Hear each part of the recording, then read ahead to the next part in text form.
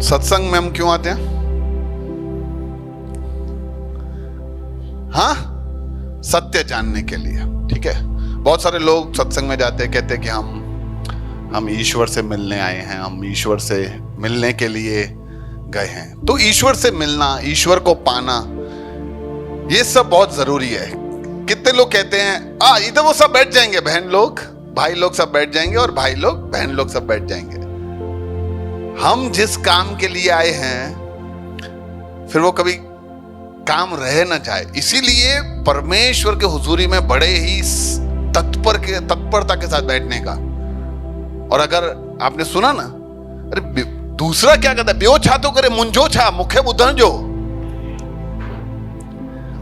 कभी कभी जब मैं छोटा था, ट्रेन में हम जाते थे, तो मैं कभी फिर थोड़ा जवान हो गया, मैंने बोला मैं ट्रेन ये जाके बाहर स्टेशन आता था, तो हम जनरली क्या डिब्बे से उतर जाते थे, जाके मैं पानी लेके आता हूँ, ये लेके आता हूँ। तो क्या बोलते थे घर वाले, जल्दी आ जाना भाई ट्रेन। बाजू वाले को बोलो भाई ध्यान देना, आज कहीं ट्रेन मिस ना हो जाए। कभी कभी जो सबसे जरूरी मुद्दा होता है ना, आपने मिस कर लेते हैं। आप सबका एक बार फिर से स्वागत है। आज का जो शीर्षक है, जो बात के लिए मैं आज आपसे बांटना चाहता हूं, ईश्वर के साथ कैसे जुड़े हैं यार। सब लोगों, कितने लोगों को ईश्वर के साथ जुड़ना है? आमीन। तभी तो भैया इधर आए हैं यार, ईश्वर के साथ जुड़ना है यार, ईश्वर के साथ जुड़ने का है। क्या करूं यार, पैसे के साथ जुड़ के क्या करूंगा? पैसा खत्म हो जाएगा। पड़ोसी को बोलो भाई पैसा खत्म हो जाएगा। व्यक्ति के साथ जुड़ के क्या करूंगा? व्यक्ति भी खत्म हो जाएगा। धन के साथ जुड़कर धन खत्म हो जाएगा, व्यक्ति के साथ जुड़कर व्यक्ति खत्म हो जाएगा, वस्तुओं के साथ जुड़कर वस्तु खत्म हो जाएगी, लेकिन जो खत्म नहीं होगा, जो अनंत है, वो है ईश्वर। और क्या मिला यार मेरे जीवन में? मैंने सब चख के देख लिया है। रिश्ते थे मेरे पास, पैसा नहीं था, थोड़ा पैसा आ गया। दोस्त नहीं थे, दोस्त आ गए। पत्नी नहीं थी, फिर पत्नी भी आ गई। जिंदगी रेमंड्स जैसा हो गया था, कंप्लीट मैन। और फिर भी खाली। कभी अब मेरा गवाही जो है वो आप सुनो तो मेरी गवाही में यही है, मैं सब पाने का खाली। फिर एक दिन प्रभु आया, फिर उस दिन मैं कंप्लीट मैन बन गया। क्योंकि परमेश्वर जब तक हमारे जीवन में नहीं आता, जब तक प्रभु में हमारे लाइफ में नहीं आता है, हमारे पास कुछ भी क्यों ना हो, संसार का सब कुछ हमारे पास क्यों ना हो, तो भी हम खाली हैं, अधूरे हैं। अनेकों बार मैंने बताया है कि बहुत सारे लोग हैं जो आत्महत्या कर लेते हैं। बॉलीवुड स्टार्स, उनके पास क्या पैसे की कमी है? क्या उनके पास चाहने वालों की कमी है? क्या उनके पास रिश्तों की कमी है? नहीं, उनके पास सब कुछ है। अरे फिर क्यों लटक गए? वो खाली जो दिल का कोना था, वो भरने वाला उनके पास नहीं था। अगर वो होता ना तो वो कंप्लीट हो जाते, फिर कुछ उनको चिंता नहीं रहती। ऐसे ही बाइबल में एक घटना है जहां पे एक व्यक्ति जो बहुत ही मशहूर था, क्या था उसका नाम? अरे यार, निकोदिमस। क्या नाम था उसका? मशहूर था, मैं बताऊंगा उसके बारे में, लेकिन खाली था। और वो खालीपन को भरने के लिए वो एक दिन प्रभु यीशु के पास गया। आइए हम उस घटना को पढ़ते हैं यूहन्ना के 3 अध्याय में। वहां फरीसियों का एक आदमी था जिसका नाम निकोदिमस था। वह यहूदियों का नेता था, रिलीजियस लीडर, यानी धर्म गुरु था। आप ऐसा समझ लो, यानी जो भी समझो, अगर हमारे भारत में सत्संग करते हो, उन सारे सत्संगों का लीडर वो था, धर्म गुरु। सब उससे पूछते थे कि भैया क्या करने का? कोई मर जाए तो कहां गया है, क्या करने का? जीना है तो क्या करने का? धर्म गुरु शिक्षा देता था धर्म के बारे में, सत्य के बारे में, ईश्वर के बारे में। वो व्यक्ति रात को यीशु के पास आता है और उससे कहता है, हे गुरु, हम जानते हैं कि तू गुरु है और परमेश्वर की ओर से आया है, क्योंकि ऐसे आश्चर्य कर्म जो तू करता है परमेश्वर की सहायता के बिना कोई नहीं कर सकता। आके वो प्रभु को ऐसी सब बातें बताता कि देख प्रभु, मुझे पता चल गया कि तू वो है, वो मसीहा है। कभी कभी क्या है, हम भी किसी से कोई बात करना चाहते हैं ना, तो जो मुद्दे की बात है वो करते नहीं है और बाकी इधर उधर की बातें करते हैं।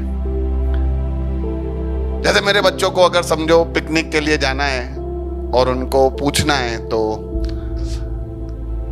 पापा आज प्रेयर कब करेंगे, या पापा अपने मेरे सब फ्रेंड्स लोगों के बारे में फिर ऐसा सब बाहर बाहर की बातें करने हैं। फिर क्या है, पेरेंट्स लोगों को पता चल जाता है काम क्या है, काम क्या है वो बोलो सीधा। पापा वो पिकनिक के लिए 1000 रुपए चाहिए। तो था गोल गोल क्यों घुमाने का भाई। तो ये व्यक्ति भी जान गया, समझ गया। कौन ये व्यक्ति? निकोदिमस। निकोदिमस समझो एकदम धर्म गुरु था, यानी हर एक व्यक्ति, हर पंडित उसके पास आता होगा, लेकिन जब वो यीशु के बारे में सुनता है वो समझ गया कि यार अपने खोखले हैं। आज सबसे बड़ा प्रॉब्लम ये है कि अपने को ये समझ ही नहीं आता कि अपने खोखले हैं। उसको समझ में आ गया कि नहीं, ये है, ये सच्चा है, ये है ईश्वर की ओर से, नहीं तो ऐसे जो काम यीशु कर रहा है हमसे नहीं हो सकते, किसी से नहीं हो सकते। ये खड़ा रह के बोलता है, मैं तुझसे कहता हूं चल अपना खाट उठा और चलने फिरने लगा। अरे इतने सालों से लकवा है, ना आके वहां दुआ किया, ना आके प्रार्थना किया, ना मंत्र तंत्र, वो खाली बोलता चल उठ के खड़ा हो गया और वो खड़ा होके लकवा ठीक। ऐसा कैसे? ये साधारण व्यक्ति ऐसा नहीं कर सकता, ऐसा सिर्फ ईश्वर कर सकता है। तो ये सब उसके बाद में अंदर ही अंदर मैं सोच रहा हूं वो जान रहा होगा, समझ रहा होगा, और ये जानने के लिए कि प्रभु मैं तुझसे कैसे जुड़ूं, ये पूछना चाह रहा था। अभी देखो,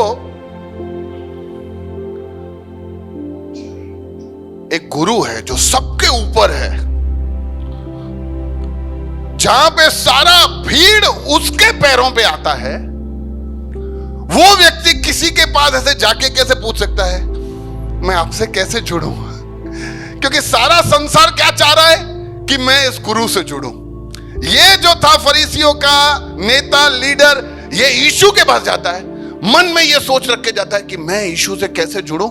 चलो पहले इधर उधर की बातें करता हूं। प्रभु तू जो काम करता है ना जबरदस्त। कभी कभी अपने को क्या है, प्रभु को अपने भी प्रार्थना करते तो एकदम स्टाइल से, धीरे धीरे, प्रभु तू महान है, जबरदस्त है, ऐसे 5-1 मिनट सब बोल के, प्रभु मेरी 1-2 बातें हैं। प्रभु बोले मैं वही तो सुनने को कब को बैठा था, बाकी सब मेरे को पता है, तो बता वो 1-2 बातें बता। तो ये सब जब वो यीशु को कह रहा था कि प्रभु ये जो आश्चर्य कर्म तू कर रहा है वो कोई और नहीं कर सकता है, यीशु समझ गया। यीशु ने तुरंत उससे एक बात कही, सब बोलो एक बात। जवाब में यीशु ने कहा, यीशु ने ऐसा नहीं बोला हाँ यार मेरे को पता है, मैं ही तो हूं इतने सालों से जिसका तुम राह देख रहे थे, कुछ नहीं। वो यीशु है, वो खुदा है, उसको सब पता है।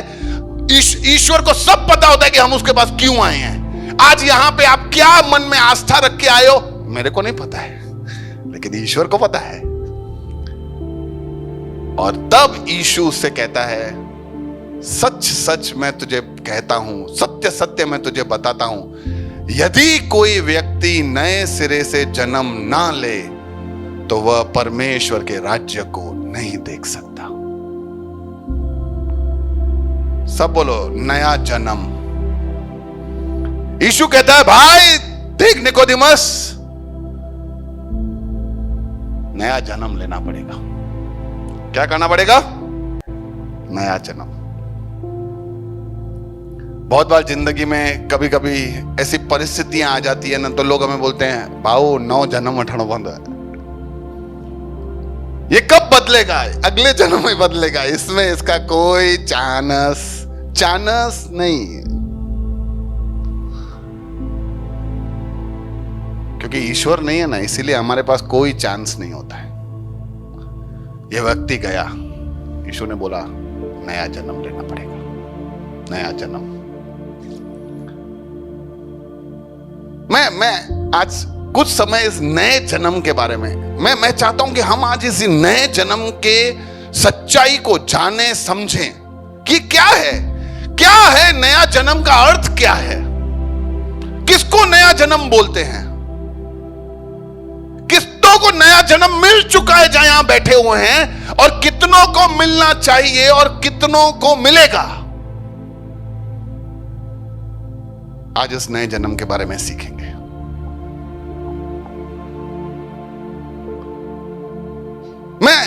मैं जस्ट ऐसे ही एक दो सवाल, आप क्या सोचते हो? नया जन्म लेना पड़ेगा।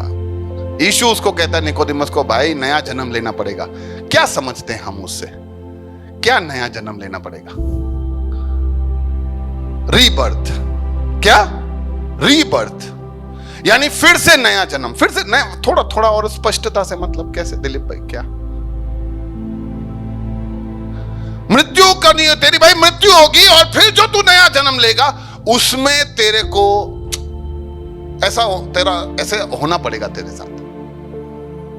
हम हमेशा कभी भी किसी के पास भी हम जाएं और बोलें कि भैया मेरे को ईश्वर के साथ मिलने का है, सामने वाला बोले नया जन्म लेना पड़ेगा, तो हम ऐसा ही सोचेंगे कि ये जन्म में तो संभव नहीं है। अच्छा, ये जन्म में क्यों संभव नहीं है ईश्वर से मिलना? क्यों नया जन्म? क्यों मरना पड़ेगा और फिर से नया जन्म लेना पड़ेगा? जीरो से स्टार्टिंग हो प्यूरिटी के साथ। तो बस मेरा यही सवाल है कि आज अगर मर जाऊं मैं, और अगर मुझे ईश्वर से मिलना है, और आज अगर मैं पापी हूं, मैं गलत बातें करता हूं, मैं झूठ बोलता हूं, मैं चीटिंग करता हूं, अगर आज मैं मर जाऊं, फिर मैं कहीं और जाके पैदा होऊंगा, तो क्या ये सब नहीं करूंगा? तो क्या मैं चीटिंग करूंगा?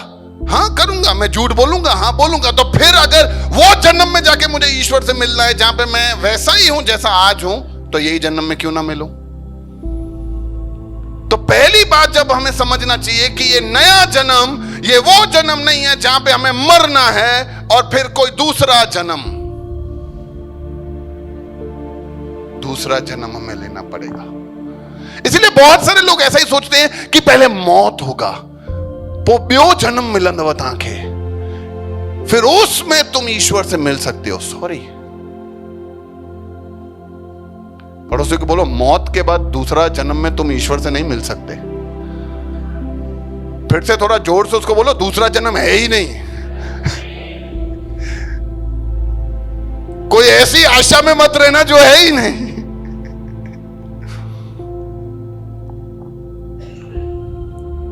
हमारे पड़ोस में हम जो पुराने वो ई वार्ड में रहते थे ना, वो गली में, कैंप वाली गली, वहां पे हमारे पड़ोस में एक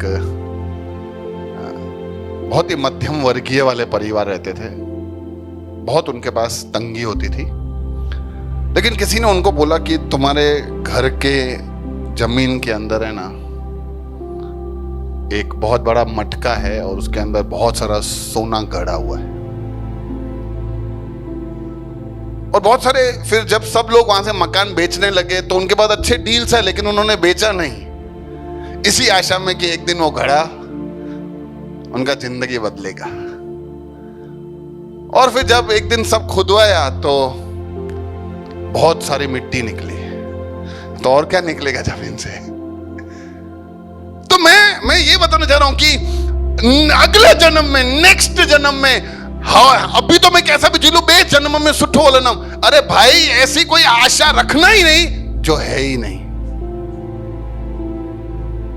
ऐसी कोई आशा नहीं है कि एक और जन्म।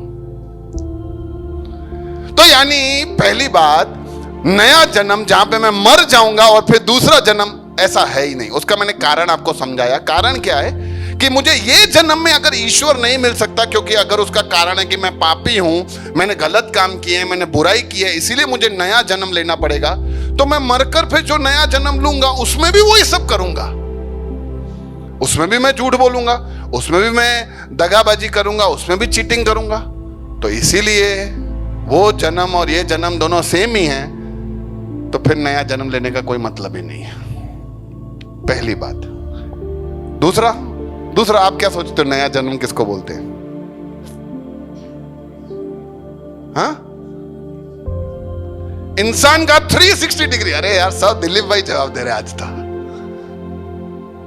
इंसान का 360 डिग्री चेंज हो जाना। 360 डिग्री थोड़ा और बेहतर तरीके से समझेंगे, कंप्लीट चेंज।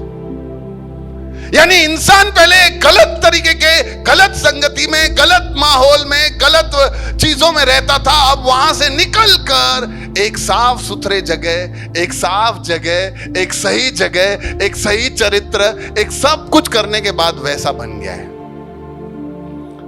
और आज संसार यही सिखाता है, ईश्वर से मिलना है अच्छा बनो, ईश्वर से मिलना है अच्छा बनो। क्योंकि संसार में दो ही प्रकार के लोग हैं, एक बुरे एक अच्छे। और प्रभु किनका है? अच्छों का अगर होता तो मैं तो कब का चला गया था, मेरा तो कभी चांस ही नहीं आता। जिसको बुरे कर्मों का पछतावा हो बस उसको प्रभु है। ओके ठीक है। अगर कोई व्यक्ति, देखो संसार ऐसा है ना, संसार धर्म ये सब अपने को बदलने को बोलते हैं। पुराना जिंदगी, जो अंधेरे वाला काला जिंदगी, वो सब छोड़कर साफ पवित्र जिंदगी जियो। सही बात है, ऐसा भाई ऐसा करना चाहिए, ऐसा गलत नहीं है, यही हमें करना है, साफ जिंदगी जीना है। लेकिन क्या उससे हमारा अंदर बदलाव हुआ? उदाहरण देता हूं, उदाहरण। अब समझो ये जो चित्र आप देख रहे हो, अगर वो मछली एक गंदी जगह में रहती थी, वहां से वो एक अच्छे जगह में चली गई, तो ये तो क्या हुआ, मछली के अंदर क्या बदलाव आया? ये तो बाहरी बदलाव आया, उसका अंदर तो सब सेम ही है, एक ये बात। दूसरा, अगर समझो कोई चोरी करे, ठीक है, समझो एक व्यक्ति ने दूसरे व्यक्ति का चोरी किया, तो वो व्यक्ति क्या कहलाएगा? चोर कहलाएगा। किसी ने खून किया तो वो क्या कहलाएगा? खूनी कहलाएगा। अब उसका ये चोरी के लिए अगर वो वापस पैसा लौटा दे, पुलिस में गया, पुलिस ने उसे सजा की, सजा में उसने बोला मैं धीरे धीरे करके दे दूंगा, उसने धीरे धीरे करके सारे पैसे लौटा दिए, तो क्या पैसा लौटा देने के बाद अब वो चोर नहीं है? चोर तो है ही। अच्छा, खूनी जिसने खून कर दिया, अब जेल में जाके सजा काट के आ गया, तो अब वो खूनी नहीं रहा। आप समझो कि जो चोरी की, ये चोरी का तुम खाली वो भुगतान कर रहे हो। जो तुमने मन में विचारा था कि मैं इसके कल चोरी करूंगा, उसके मन को, विश्वास को, ईश्वर को ठेस पहुंचाया, उसका भुगतान तुमने कहां किया? ये तो तुमने खाली पैसे का भुगतान किया। तो आदमी भी बहुत बार सत्संग में जाकर अपने चरित्र को बदल देता है। पहले जो दारू पीता था, हम नहीं पीता है। पहले जो गुंडागर्दी करता था, हम नहीं करता है। अब वो अच्छा बन गया है। लेकिन जो उस समय तुमने सब गड़बड़ करके आए हो, उनका भुगतान का क्या? जो ये सब करके हमने ईश्वर को ठेस पहुंचाया, उसका क्या? तो भैया मतलब फिर नया जन्म यानी क्या? ना नेक्स्ट जन्म वाला नया जन्म है, ना ये जन्म वाले में नया जन्म है। तो मतलब कौन सा नया जन्म है? हम है ना, जब पैदा होते हैं तो हम आत्मिक रीति से मरे हुए होते हैं। क्या होते हैं? वैसे नया जन्म क्या होता है वो बहुत सारा है, बहुत कुछ बातें हैं उसके अंदर, लेकिन मैं उसकी एक शुरुआत आपको समझाता हूं कि नया जन्म में होता क्या है। नया जन्म हम किसको बोलते हैं? हम है ना, हम तीन प्रकार के मनुष्य हैं। शारीरिक मनुष्य हैं, आत्मिक मनुष्य हैं और प्राण रखते हैं। तो जब हम पैदा होते हैं ना, तो हमारा ये शरीर है, देखो मेरा मन, हाथ, पांव सब बोल रहा है, मेरे अंदर भावनाएं भी हैं तो वो भी है। लेकिन जब हम पैदा होते हैं ना, तो हम आत्मिक रीति से मरे हुए होते हैं। हमारे अंदर जो आत्मा है वो मरा हुआ होता है। अच्छा, कभी कभी क्या है, हॉस्पिटल के अंदर जब किसी को कोई मरीज आता है वो और अचानक से वो मर जाता है, तो उसको डिफिब्रिलेटर देते हैं। वो देखा है? ये एक ऐसा इलेक्ट्रिक शॉक होता है, उसको घस के उसके ऊपर रखते हैं। देखा है पिक्चर्स में, देखा है कि नहीं देखा है ना? ये शॉक की तरह होता है। इससे क्या होता है वैसे? धड़कने फिर से नया जन्म। इसी समान जब परमेश्वर हमारी मरी हुई आत्मा के ऊपर हाथ रखता है ना, एक झटके से वापस से हमारा वो आत्मा जो मरा हुआ था वो वापस से उसके अंदर श्वास आ जाता है, उसको बोलते हैं नया जन्म। क्योंकि शरीर के अंदर तो तुम वैसे के वैसे ही हो, सोच और भावनाओं में तुम वैसे के वैसे ही हो। जो तुम्हारा आत्मा मर गया था वो एक झटके की जरूरत थी, और वो झटका परमेश्वर का स्पर्श है। जब प्रभु आके, कोई बाबा, कोई गुरु, कोई यहां प्रचार करने वाला तुमको छुएगा, तुमसे बातें करेगा, हमारा आत्मिक जन्म नहीं होगा, लेकिन वो ईश्वर जब आके हमको छूता है, पता नहीं क्या हो जाता है, और हमारे अंदर वो आत्मा जो मरा हुआ है। हम सब शारीरिक रीति से जिंदा हैं, आत्मिक रीति से मरे हुए हैं। आगे समझाऊंगा कैसे पता चलेगा आपको, क्योंकि हम हमेशा टेम्पररी चीजों के बारे में सोचते हैं। मेरा घर कब बनाऊं, मेरी नौकरी, मेरी बीवी, मेरे बच्चों का स्कूल, ये सब। वो आज से 10 साल के बाद LIC का जो पैसा आएगा उसका क्या करूंगा, LIC ले लूं, मेडिक्लेम ले लूं। ये सब मिला के एक 100 साल के अंदर होगा ना, बस 100 साल का ही ना, जब तक तुम जीवित हो। क्योंकि हम शारीरिक रीति से जिंदा हैं। आत्मिक रीति वाला व्यक्ति अनंतता के बारे में सोचता है, इसके बाद मुझे प्रभु के साथ रहना है कि नहीं रहना है। अरे ये सब तो चलता है यार, इतना छोटा जिंदगी मिला है, क्या उसके लिए भी मैं इनसे लड़ता रहूं? जाने दो, प्रभु इन सबके ऊपर दया करे। ये सब तब होता है जब हम आत्मिक रीति से जिंदा होते हैं, और जब प्रभु आके छूता है तो हमारा आत्मा जिंदा हो जाता है। कि डॉक्टर जब इसको ऐसे ये करंट लगाता है और वो जिंदा हो जाता है तो बस हाँ आ गया बच गया, तो क्या उठ के सीधा घर? ऐसा होता है? नहीं, वहां रहता है, वहां ट्रीटमेंट होती है, उसको और थोड़ा ताकत, थोड़े विटामिन, थोड़ा और मल्टीविटामिन सब कुछ देते हैं और तंदुरुस्त बनाते हैं। तो जैसे ही हम भी आत्मिक रीति से जिंदा हो जाते हैं, तो खाली आत्मा जिंदा नहीं होता है, उसके बाद बहुत सारी चीजें हमारे जीवन में बदलाव शुरू हो जाता है, और दिन प्रतिदिन होता रहता है। और जब तक वो आत्मा प्रभु ने हमें जीवित करके दिया है, तब तक हम उसको खिलाते रहते हैं, तब तक हम उसके अंदर बदलाव देखते रहते हैं। तो पहला बात, नया जन्म क्या है? नया जन्म जो हमारा मरा हुआ आत्मा है, जो हम आत्मिक रीति से मरे हुए हैं, जब प्रभु उसको छूता है तो जो हमारा मरा हुआ आत्मा जीवित हो जाता है, उसको बोलते हैं नया जन्म। मरकर वापस आना नया जन्म नहीं है। खाली अपने चरित्र को बदल देना, अच्छा बन जाना नया जन्म नहीं है। वो रिश्ता जो टूटा हुआ था, वो रिश्ते को वापस जोड़ना नया जन्म है। हमारा अगर पिताजी से लड़ाई हो गया हो क्योंकि हम बहुत दारू पीते थे, हम बहुत गंदी बातों में पड़े थे, तो पापा ने रिश्ता तोड़ दिया, तो फिर अब हम सुधर गए, लेकिन पापा अभी भी उधर ही रहते हैं, बात नहीं करते, और हम इधर मेरे घर में रहते हैं। तो क्या हम बोल सकते हैं कि हमारा रिश्ता जुड़ गया है? नहीं, पर हम तो अच्छे बन गए हैं, पर क्या रिश्ता जुड़ा है? नहीं, पर अभी मैं दारू नहीं पीता हूं, तो क्या रिश्ता जुड़ा है? नहीं, अभी मैं नेक इंसान बन गया हूं, तो क्या रिश्ता जुड़ा है?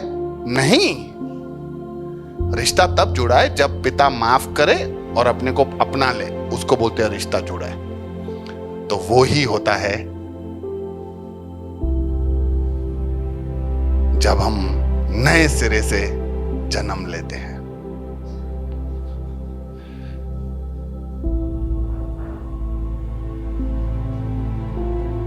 दूसरा बात, किसको नया जन्म लेने का जरूरत है? किसको नया जन्म लेने का जरूरत है? हम सब ऐसे ही सोचते कि ईश्वर के साथ मिलना है तो नया जन्म लेना पड़ेगा। ईश्वर के साथ मिलना है तो मैं आपसे एक सवाल पूछता हूं, ये नया जन्म लेने की जरूरत किसको है? दो प्रकार के लोग दिखाता हूं मैं आपको। एक प्रकार के ये लोग हैं जो दारू में फंसे हुए हैं, जो ड्रग्स में फंसे हुए हैं, जो तंबाकू और इन सब में फंसे हुए हैं।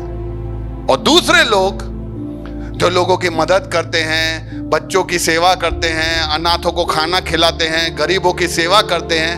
इन दोनों में से नया जन्म, भैया आप ये कमलेश भाई के पीछे कौन बैठे हैं? नाम भूल गया मैं आपका। रोहित, गोविंद भाई, यस। आपको क्या लगता है गोविंद भाई, किसको नया जन्म लेने का जरूरत है? जिन्होंने बुरी आदतें पाल के रखी है। सिंपल सी बात है यार, जिन्होंने बुरी आदतें पाली है उनको ही नए जन्म का जरूरत है। हम भी हमेशा ऐसा ही सोचते हैं कि ईश्वर का जरूरत किसको है? जो बुरे लोग हैं। भले लोगों को ईश्वर का जरूरत नहीं है।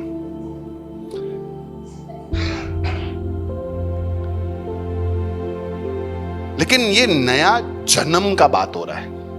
और जन्म कब होता है?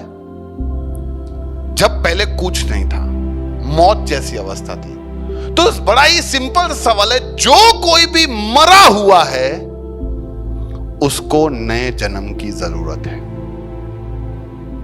मरा हुआ मतलब कैसे मरा हुआ? जो आत्मिक रीति से मरा हुआ है उसको नए जन्म का जरूरत है। जो जीवित है उसको नए जन्म का जरूरत नहीं है। और बाइबल सिखाता है कि हम सब कौन थे, कौन हैं? बाइबल सिखाता है कि हम सब पापी हैं। आप में से कितने लोग ऐसा बोल सकते हैं, भैया हम सब क्या, मैं तो नहीं हूं पापी है? अच्छा, कल है ना, मैं कुछ बच्चों से बात कर रहा था, तो मैं उनसे बात कर रहा था, तो मैंने उनसे पूछा, छोटे बच्चे थे हाँ एकदम, मैं उनसे पूछा क्या आप झूठ बोलते हो? तो पहले तो यूं नाटक करने लगे, फिर बोले हाँ हम बोलते हैं झूठ। मैंने बोला गुस्सा करते हो? बोला हाँ कभी कभी गुस्सा भी करते हैं। मैंने बोला मम्मी पापा के साथ नाटक करके यूं चीटिंग करते हो? वो वाला चीटिंग नहीं जो मार्केट में चलता है। बोला हाँ करते हैं। मैंने बोला किसने सिखाया, बताओ किसने सिखाया? बोला किसी ने नहीं सिखाया, अपने आप आ गया। अच्छा आप बताओ ना, हम सबने भी तो झूठ बोला है, गड़बड़े की है। हम में से कितने लोग ऐसे कोई क्लास में गए या ऐसे स्कूल में कौन सा पीरियड चलता था, चलो आज सबको झूठ बोलना सिखाएंगे, चलो सब आ जाओ। उल्टा सिखाते हैं, सच बोलो, सही बातें करो। ये गलत बातें, झूठ, नफरत, फरेब, चीटिंग, ये तो सब हमारे अंदर ही है। जैसा ही पैदा होते हैं ये सब हमें साथ में दे दिया जाता है। हमें लगता है कि खाली हमारे अंदर खून, कोशिकाएं, हार्ट और ये सब चालू है, ये बरोबर है, बरोबर है, डॉक्टर बोलता है बरोबर है, लेकिन ऊपर वाला बोलता है बरोबर नहीं है, अंदर पाप भी है, अंदर पाप है और आत्मिक रीति से हम मरे हुए हैं। इसीलिए तो हमें बहुत सारा प्रॉब्लम हो, बहुत सारी दिक्कत हो जाती है।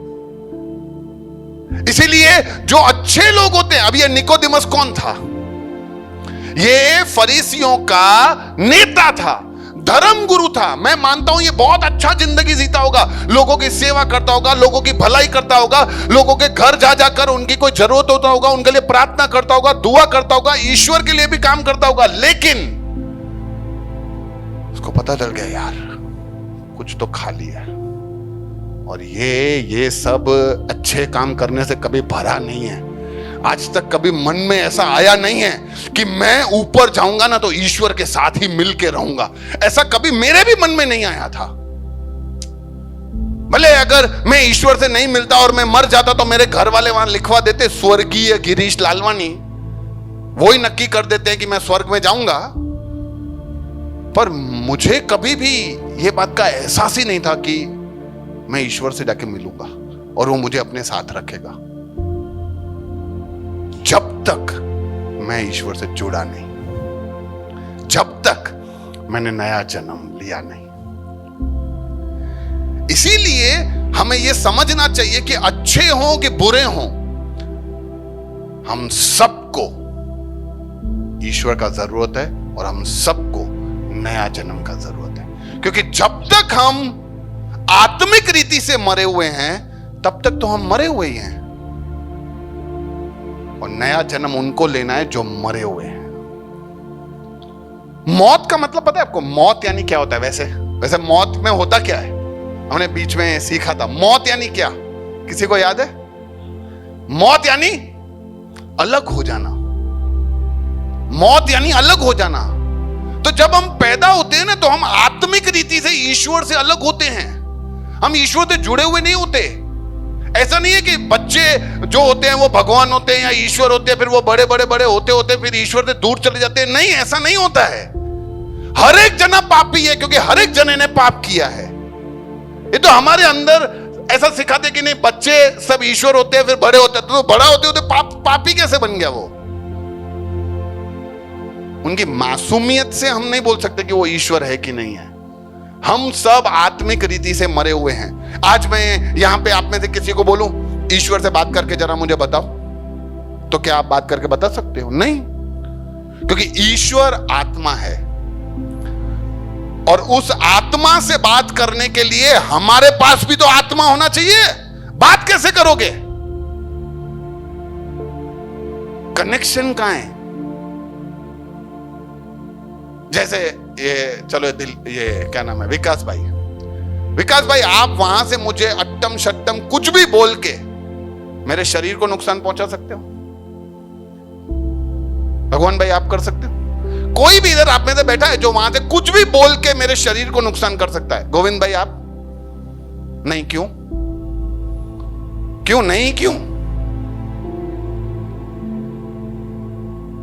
शरीर को नुकसान कैसे करेंगे भैया?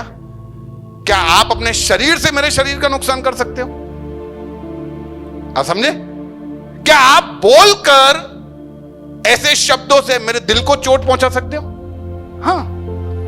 तो शरीर से शरीर को नुकसान पहुंचाया जा सकता है, प्राण से इमोशन को चोट पहुंचाया जा सकता है।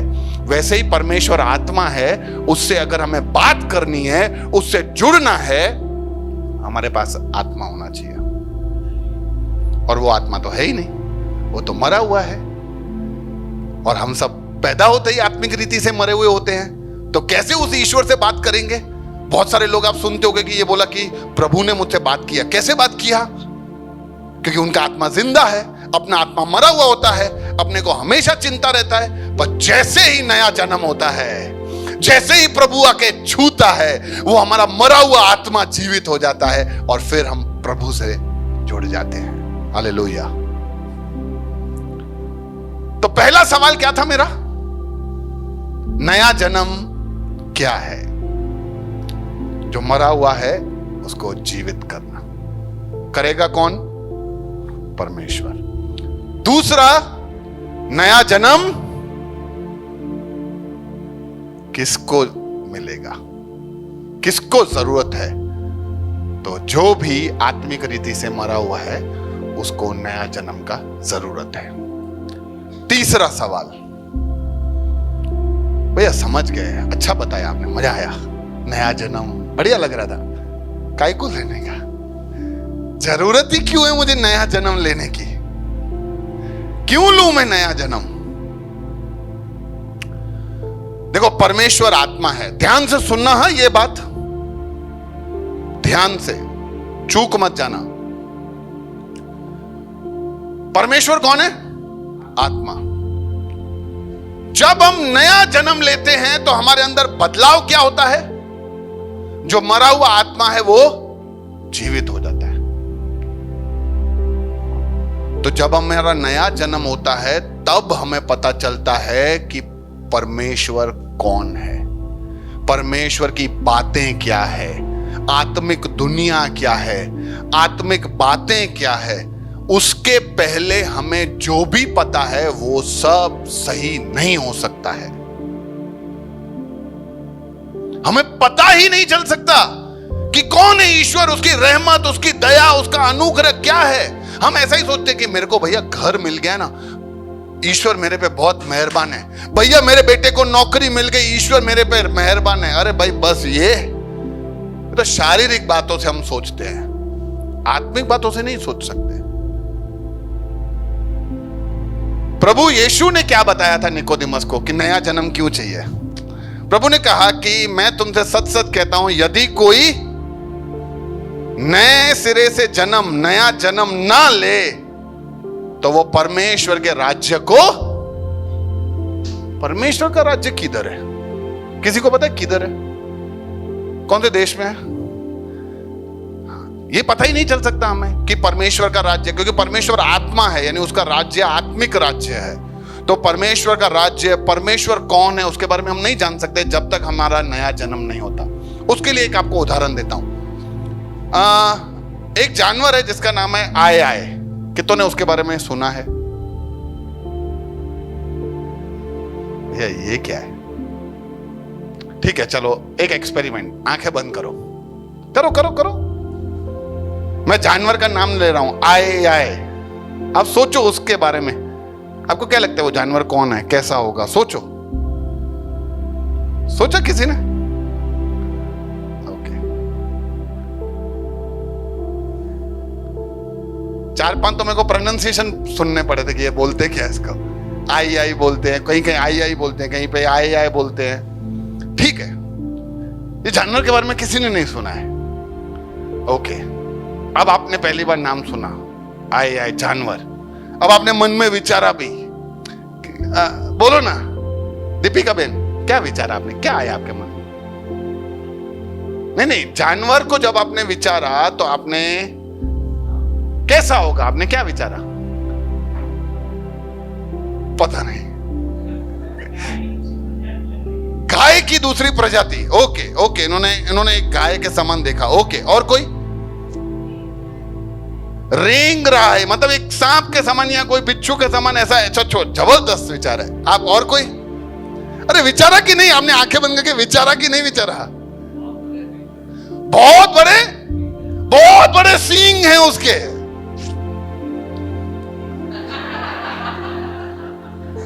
औरत दिखी? अभी ये मैं पूछ नहीं रहा हूं कौन।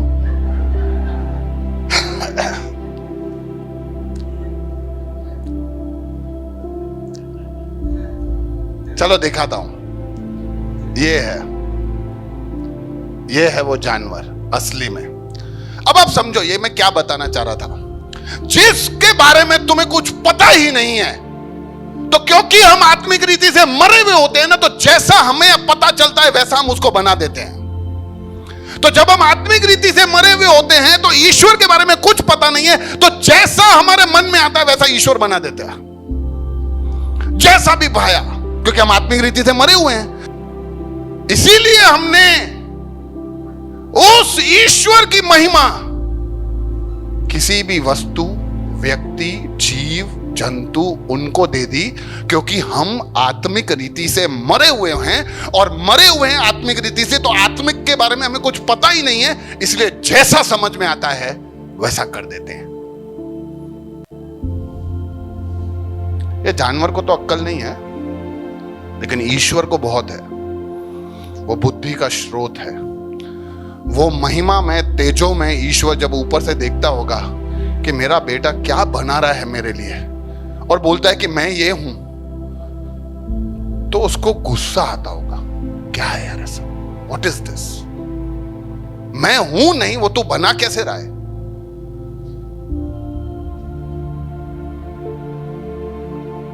इसीलिए लोग पूछते ना कि क्यों मुझे आत्मिक रीति से जीवित होना है, क्यों नया जन्म चाहिए? नया जन्म इसीलिए चाहिए ताकि हम समझ सकें कि ईश्वर कौन है।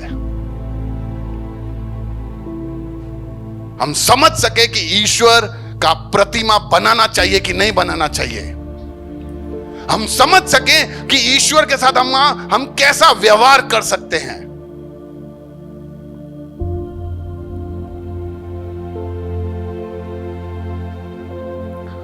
एक अंधा व्यक्ति हो जो बचपन से अंधा हो, आप उसको रंग कैसे समझाओगे?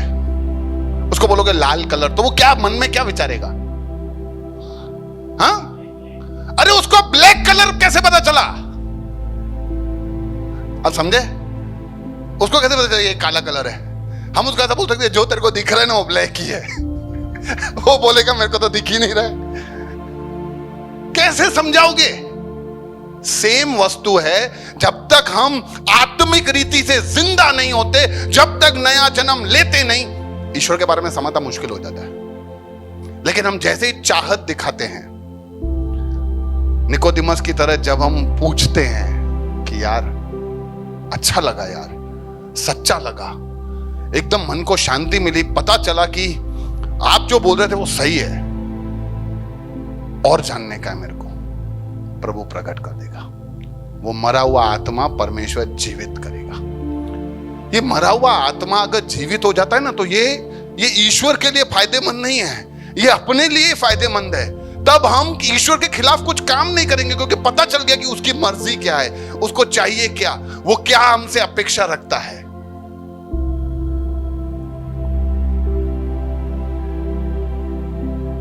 अगर हमें अमेरिका देश की नागरिकता चाहिए, नहीं पूछूंगा कितनों को चाहिए, देना ही नहीं हमें किसी को।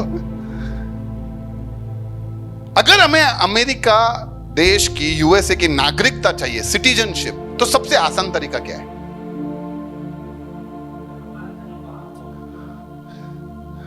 कुछ लोगों ने, जब मैं पूछ रहा था, कुछ उसमें किसी ने कहा कि शादी, बरोबर ना, वहां शादी कर लो। मैं बोला देख, शादी में भी बहुत सारे कॉम्प्लिकेशंस हैं। शादी में तुम्हारा स्टेटस उनके साथ मैच होना चाहिए, तुम उनको पसंद आने चाहिए, तुम्हारा चाल चलन उनको समझ में आना चाहिए, तुम्हारे ऊपर कोई किस्सा नहीं होना चाहिए, कोई खून का कोई तुम्हारे ऊपर केस नहीं चलना चाहिए, तो ही जाके तुम उनके देश में जाके उनसे शादी कर सकते हो। मैंने बोला ये धर्म है, ये धर्म है भाई। सब बदल के आओ, अच्छा बन के आओ, सही करके आओ, स्टेटस बना के आओ, दारू छोड़ के आओ, ये छोड़ के आओ। लेकिन अगर कोई व्यक्ति जो अमेरिका में पैदा हुआ, वो अमेरिकन है, फिर चाहे उसका नाक टेढ़ा हो, कान टेढ़ा हो, हाइट छोटा हो, हाइट मोटा हो, काला कलर का हो, गोरा कलर का हो, कैसा भी हो, वो अभी वहां पैदा हुआ, वो उसका है। ये प्रभु है। जब हम परमेश्वर के अंदर, परमेश्वर में जब हम नया जन्म लेते हैं, तो परमेश्वर ये नहीं देखता कि तुम कैसे हो, तुम स्त्री हो, तुम पुरुष हो, तुम छोटे बच्चे हो, तुम काले हो, गोरे हो, कौन सी जाति है, कौन सा धर्म है। नहीं, सब मेरे ही बच्चे हैं। और अगर हमें परमेश्वर के राज्य में जाना है, उसकी नागरिकता चाहिए, तो हमें एक नया जन्म चाहिए। इसीलिए हमें नया जन्म का जरूरत है। तो 3 सवाल। पहला सवाल क्या था? नया जन्म क्या होता है? दूसरा, नया जन्म किसको जरूरत है? तीसरा, नया जन्म क्यों चाहिए? चौथा, भैया कैसे पता चलेगा कि मुझे मेरा नया जन्म हो गया है? कैसे पता चलेगा कि नया जन्म हो गया मेरा? वैसे बहुत सारी बातें हैं, 2 बातें बता देता हूं। पहला, हमारा हृदय परिवर्तन हो जाएगा। क्या हो जाएगा? धर्म परिवर्तन नहीं, हृदय परिवर्तन हो जाएगा। अब तुम लोगों से गुस्सा नहीं करते, लोगों पे तुम्हें तरस आता है। अब तुम लोग जो तुम्हें नुकसान पहुंचाते हैं, तुम माफ कर देते हो उनको। कल तक जो तुम बीवी से झगड़ा करते थे, अब बीवी तुम्हारी लाइफलाइन हो गई है। कल तक जो तुम माता पिता को धुतकारते थे, अब माता पिता की आज्ञा मानने वाले और उनकी सेवा करने वाले बन गए हो। कल तक जो तुम पड़ोसी से झगड़ा करते थे, अब पड़ोसी से प्रेम करते हो। बाहर की तो बातें सब बदल ही जाएगी, ये दारू, गुटखा, तंबाकू, सिगरेट, ये तो सब खत्म। उसके अलावा भी तुम्हारा हृदय परिवर्तन हो जाएगा। तुम्हारे कपड़े नहीं बदलेंगे, तुम वही कपड़े पहनना। तुम्हारा धर्म नहीं बदलेगा, तुम्हारा जाति नहीं बदलेगा। अब तुम सिंधी गुजराती नहीं रहे, ऐसा नहीं होगा। तुम वही के वही हो। बस प्रभु अब तुम्हारा है। तुम्हारा हृदय परिवर्तन हो जाएगा। क्योंकि धर्म में बाहर से परिवर्तन हो जाता है।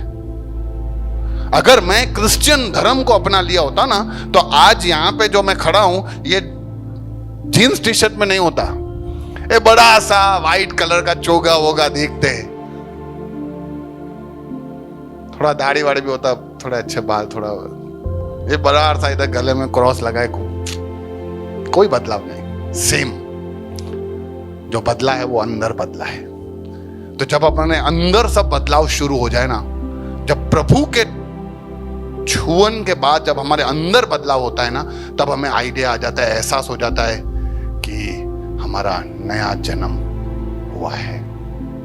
दूसरा, अब हम परमेश्वर के भय में चलने लगते हैं।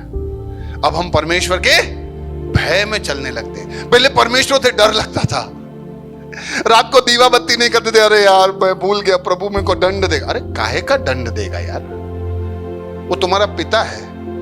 एक दिन मेरा बच्चा मुझे रात को गुड नाइट बोले बिना सो जाएगा, तो मैं क्या उठ के रात को हंटर मारूंगा कि क्यों गुड नाइट नहीं बोला, चल उठ गुड नाइट बोल, ऐसा? अरे वो सोचेंगे बाप है क्या है यार, समझ रहे हो ना? अरे आप में तो कोई ऐसा करता है क्या? कोई करेगा क्या? नहीं करेंगे, क्योंकि हम पिता हैं ना, हमें पता है पिता का दिल अपने बच्चे के लिए कैसा होता है। तो अरे मैं सोचता हूं हम जितने अच्छे पिता हैं वो कुछ भी नहीं है, वो सबसे अच्छा पिता है, वो सबसे अच्छा पिता है। जो हम जैसे निकम्मे लोगों को, जो समझने के बाद सीखने के बाद भी इतनी गलतियां करते हैं और उसको चोट पे चोट ठेस पे ठेस पहुंचाते हैं, फिर भी वो हमें क्षमा करता है। जब भी हम जाके बोलते हैं पापा सॉरी, बोलते ठीक है कल से मत करना। बस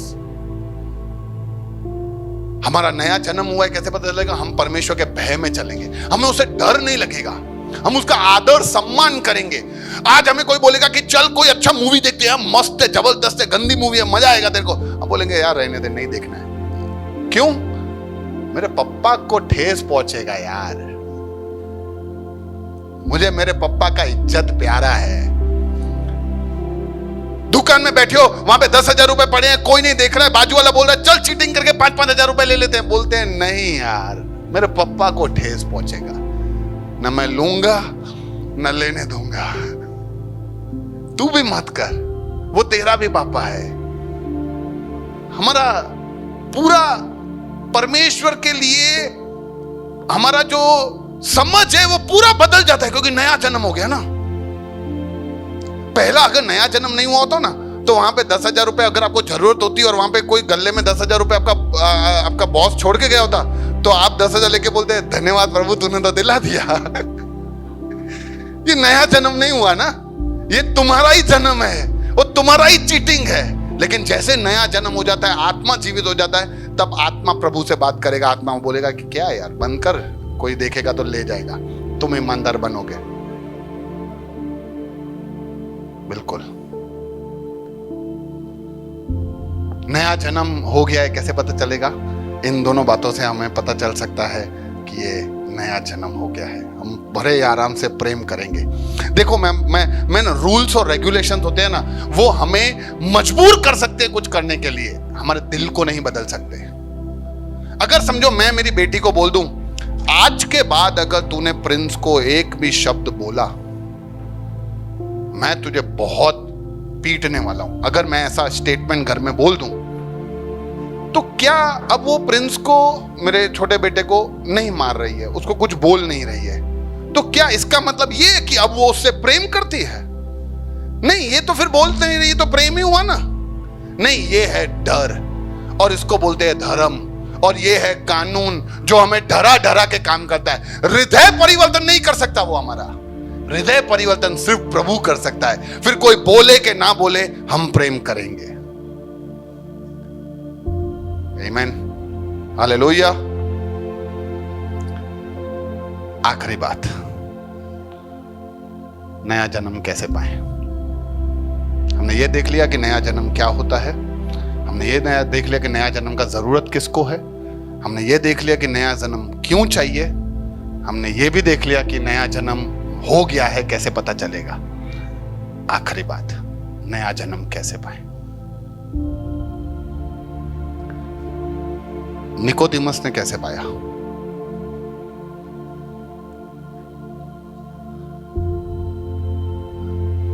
निकोदिमस ने कैसे पाया? वो प्रभु के पास आया। वो प्रभु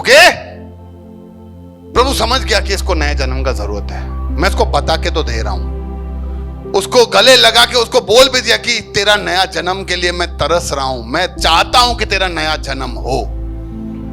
नया जन्म चाहिए, एक ही तरीका है, ईश्वर के पास आओ। ईश्वर तत्पर बैठा है हमारे उस मरी हुई अवस्था में हमें छूने के लिए, ताकि हम नया जन्म पाले। निकोदिमस का नया जन्म हुआ है नहीं हुआ है मुझे नहीं पता, आगे लिखा हुआ नहीं है, लेकिन आपका नया जन्म होगा कि नहीं होगा आपको तय करने का है कि हम लोगों को नया जन्म चाहिए कि नहीं चाहिए, कि हम ये ही आत्मिक मरी हुई अवस्था में इसी शरीर के साथ हमारा जिंदगी जिएंगे, दुकान पे जाएंगे, कमाएंगे, बच्चों का फीस भरेंगे, बच्चों को बड़ा करेंगे, बीवी को खुश रखेंगे, बच्चों का शादी करेंगे और एक दिन मर जाएंगे। बस ऐसा ही जिंदगी के लिए हमें बनाया गया है कि हमारा कोई बड़ा मकसद है? नया जन्म कैसे पाना है? एक ही तरीका है, प्रभु के पास आओ। प्रभु के पास आओ, प्रभु को बोलो कि प्रभु मैंने सुना है कि मैं आत्मिक रीति से मरा हुआ हूं और मुझे पता है कि मैं आत्मिक रीति से मरा हुआ हूं, मुझे एक नया जन्म का जरूरत है। क्या तुम नया जन्म पाना चाहते हो? क्या तुम नया जन्म पाना चाहते हो? आइए हम अपनी आंखों को बंद करें और जितने लोगों को आज परमेश्वर ने बात किया, जितने लोगों को लगता है कि नहीं यार मुझे एक नए जन्म का जरूरत है, मैं चाहता हूं कि मेरा हृदय परिवर्तन हो जाए, मैं चाहता हूं कि मेरा बदलाव हो जाए, दुनिया को दिखाने के लिए नहीं वास्तविकता में मेरा बदलाव हो जाए, मैं चाहता हूं, तो आज परमेश्वर का हाथ आपकी ओर बढ़ा हुआ है। सिर्फ आपको हाथ बढ़ा के उसके हाथ को पकड़ने का है। धन्यवाद प्रभु, हालेलुया, धन्यवाद प्रभु, धन्यवाद प्रभु। हम सब चाहते तो हैं कि तेरे राज्य में तेरे साथ रहें, लेकिन हम नया जन्म नहीं लेना चाहते। और तूने कहा जब तक कोई नया जन्म नहीं लेगा, कोई नए सिरे से जन्म नहीं लेगा, वो तेरे राज्य में आना तो क्या उसको देख भी नहीं सकता। प्रभु मैं दुआ करता हूं आज यहां बैठे हुए जितने भी भाई बहन आज ये तुझसे दुआ कर रहे हैं, आज तुझे वो पुकार रहे हैं, वो जब वो तुझे कह रहे हैं एक नए जन्म, एक नए बदलाव के लिए, वो तेरे स्पर्श को जब वो चाह रहे हैं आज, तो प्रभु आज उनको छू ले। यीशु के नाम से प्रभु उनको छू लेते हैं हम राजा, हालेलुया। प्रभु वो हर एक मरी आत्मिक अवस्था यीशु के नाम से जीवित हो जाए राजा, हालेलुया। क्योंकि प्रभु जब तक ये मृतक अवस्था वो मरेगा नहीं, तब तक वो जीवित अवस्था में वो जी नहीं पाएंगे। प्रभु इनका ये सब जो चीजें हैं प्रभु मरी हुई अवस्था में जो वो कोशिश करें, उन सबको तू छू ले ताकि वो सब जी जाएं राजा, हालेलुया। ताकि वो जान सके कि तू कौन है, जब वो जान सके हम कि तू कितना भला है, तू कितना प्रेमी है और तेरी कितनी योजनाएं हमारे लिए उत्तम हैं, हम ये जान सके कि हमारे लिए जीवन में तेरा मकसद क्या है। प्रभु थक गए हैं प्रभु, जिंदगी से तंग आ गए हैं, क्योंकि हमारा मरी हुई अवस्था में हम जी रहे हैं, सोचते कि इस जिंदगी का मतलब ही क्या है, क्योंकि हम मरे हुए हैं। प्रभु तेरे स्पर्श को चाहते हैं। प्रभु हमसे बात करना, हमें नया जन्म जो तेरे स्पर्श से मिलता है हमें वो देना। धन्यवाद प्रभु इन सारे भाई बहनों के लिए, धन्यवाद तेरे रहमत के लिए कि तूने आज तक हमें जीवित रखा, ताकि आज तू हमें एक और मौका दे सके कि हम नया जन्म पा सके। धन्यवाद, इन सबको तेरे रहमत में ढकते हुए ये प्रार्थना विनती प्रभु यीशु के नाम से मांग